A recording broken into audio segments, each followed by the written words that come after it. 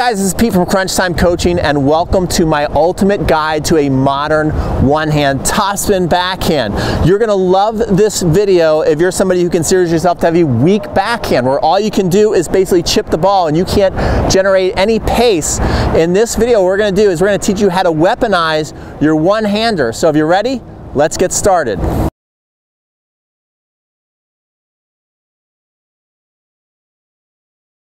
Okay guys, so let's get into why. Why do you want to have a weapon on your one-hander? And it's pretty simple. If you're out there playing a match and your opponent quickly figures out that you're just gonna be chipping all day long, and every time you try and put any kind of power on it, there's just no power coming, or the ball just sprays all over the court, well, you're basically just playing with one hand tied behind your back and all you have is a forehand. Where if we can teach you how to weaponize this one-hander, you're gonna be crushing that one-handed backhand and your opponent's gonna have nowhere to go. So let's get into this.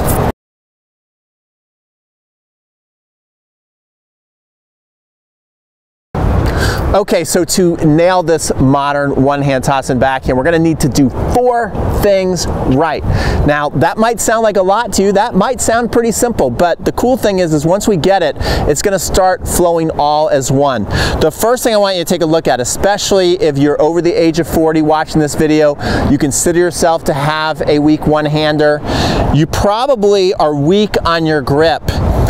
Most people, when they started playing tennis, were taught, hey, all you gotta do is shake hands with the racket, and now you can play tennis on your forehand side, your backhand side, you can serve, and you can volley. That's all really cool, but what you can't really do is come over the ball and rip it. It's just a really weak grip. So you can hit a great chip one-hander with that continental grip, but what you're gonna have a tough time doing is then ripping the ball. This is when the ball is gonna take off on you when you have this grip. This was McEnroe's problem. If you looked at it, he had a nice chip shot, but he couldn't really hit through the ball very hard. He could come through sometimes, but it wasn't like Lendl's per se, who could stand there and just rip his one-hander. So there's going to be no pro on tour today who hits a topspin backhand with this continental grip.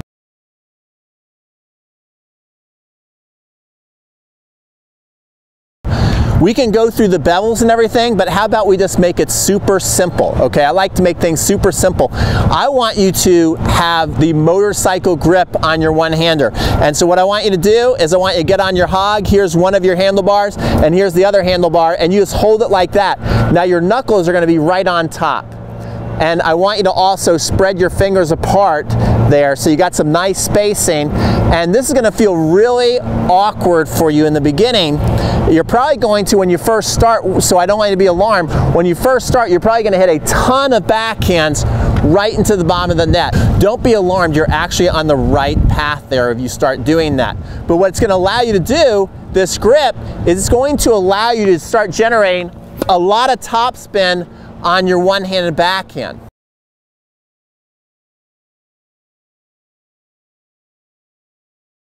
Okay, so the next thing we gotta do after we get the grip right is we've gotta get the preparation right back here. Now, a lot of people have weak one-handers, they have very short backswings, they maybe stop here and they start pushing through. What you need to do is learn to get comfortable coming back further, having the racket face back towards the fence, and look at how the angle of the racket is in this position, okay? You can see that the grip is basically pointing down towards the ground at an angle.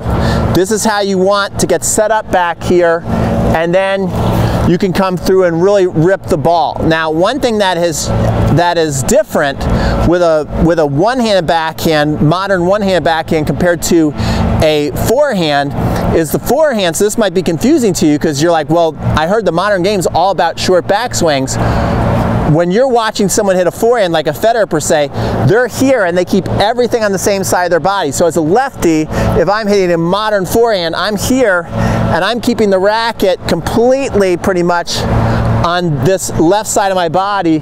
The racket tip might go a little bit behind and in towards my leg, but then it's time to start forward. But when you watch a one-hander, they are not keeping everything on this side of the body then going. you can see here, as I show you different pros, how their racket face is actually coming back to the fence. It's a much bigger backswing than the forehand, and then they're getting set and going through. Bringing it back here really gives you leverage and power and whip through the ball. So it's very important. If you're here, it's going to be pretty hard. See, if I'm right here, I got no power. I even feel awkward trying to start the swing, and I've got nothing really to use. Where if I come back here to you guys now, if I hold my racket here and then I drop the ball, now I can really rip the tennis ball. Again, if I'm here and I drop that ball, now I can grab it. If I'm here and I grab the racket back here, now I can really rip through.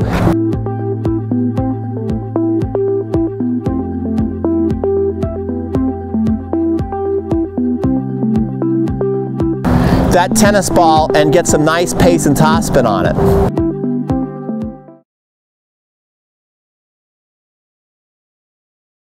Okay, the third component of nailing this modern one-hand backhand is what I call knuckle up contact. So I think this is one of the biggest things that people have trouble with when they go to make contact with a one-hander.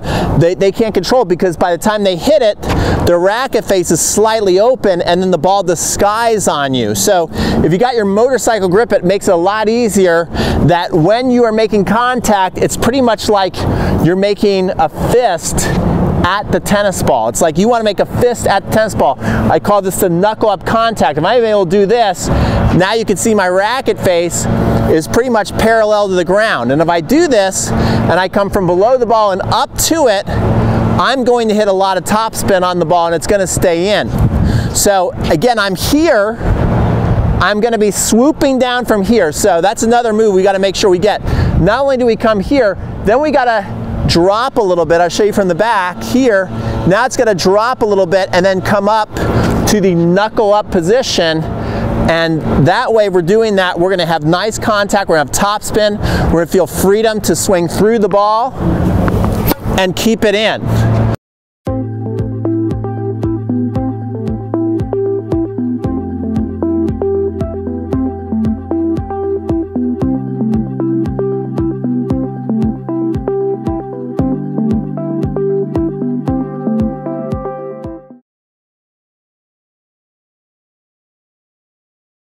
Okay, so now we're 3 for 3, so this is how we're going to finish. The finish is what I want you to focus on. The finish has a couple of components. Number one is because you want to rip this backhand now, you're probably going to be tempted to come here and open up too early, and that's going to send your ball. You just don't even know what's going to happen if you do that.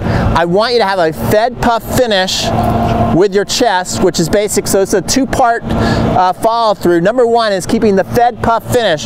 You watch Federer, he's got this beautiful finish to where his chest is still facing towards the side for a long time, then he'll start to open up and come around. And then we're combining two of the best backhands of all time. Then Stan Wawrinka does this thing I call stand butt, and that's because of the racket butt. I notice he's very pronounced the way he finishes, where he'll come here and then he'll turn over and the strings are facing down towards the ground. It's kind of like a magic trick. So let's say I have a ribbon right here on top of my racket, so I'm just going to put a ribbon right there. It's a magic trick. That is going to actually end up on the bottom when I'm done. So watch this right here. Watch the ribbon. It comes through, and now it's on the bottom. And this is going to give you more topspin, more freedom. It's also going to enable you to relax more. So watch this as I got the Fed puff and then the stand butt finish. Here I come through, and a lot of nice topspin there. Beautiful stroke, if I do say so myself. Felt really good.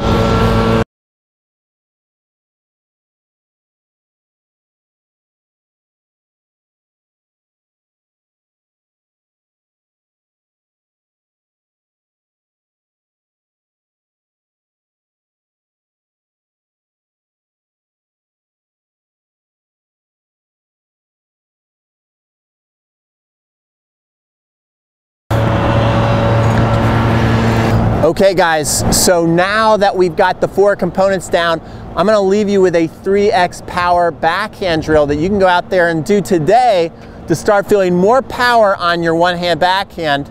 So let's go through it right now. Plus I'm gonna teach you how to avoid a very common mistake I call hip lock. So the hip lock move, let me just show you, so that's gonna be very important how we set up, is simply bringing this leg too early. Too many people on the one-hand backhand, they'll get here, they'll step across, they're still way on the ball. Now it's locked up their hips. They have nowhere to go. So we want to make sure that when we go to hit a backhand, we're running, we're always setting up on the back leg. This is going to add more power too.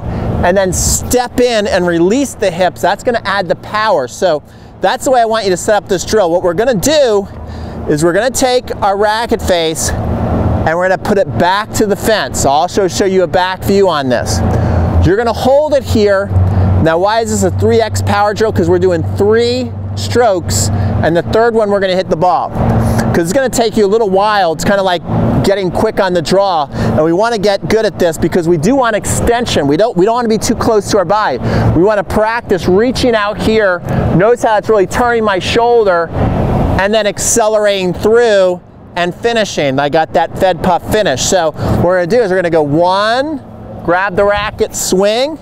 Also make sure when you do this, when you grab your racket, see how I'm set up with my legs, I'm also dropping my legs and then kind of coming down, then swinging up. That's going to get that top spin. So watch the swing path again. One more time. Boom. Now I'm going to do the drill. So I'm going to go 1, 2, and then the third one, I'm going to put the ball in my dominant hand, hold this here. This is where it takes a little bit of coordination. Drop, grab, 3.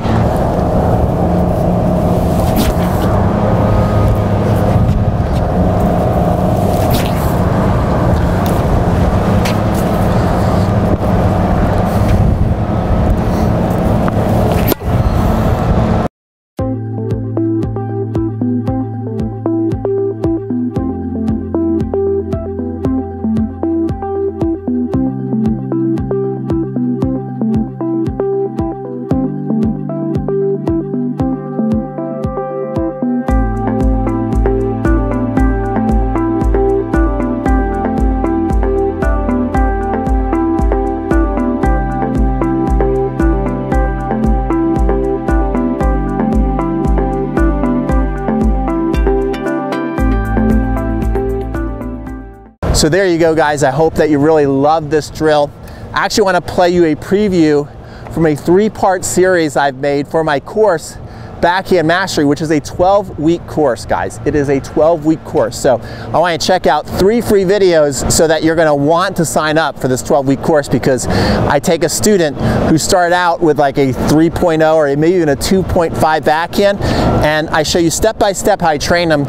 He developed the backhand, easily 4.0 plus backhand by the time we were done, and he was ripping that top spin. And he started out with all the same stuff you might have, the grips, no confidence to swing through the ball, and by the end, his one-hander, he said, became his favorite stroke. So watch this preview, and I'll see you inside the training.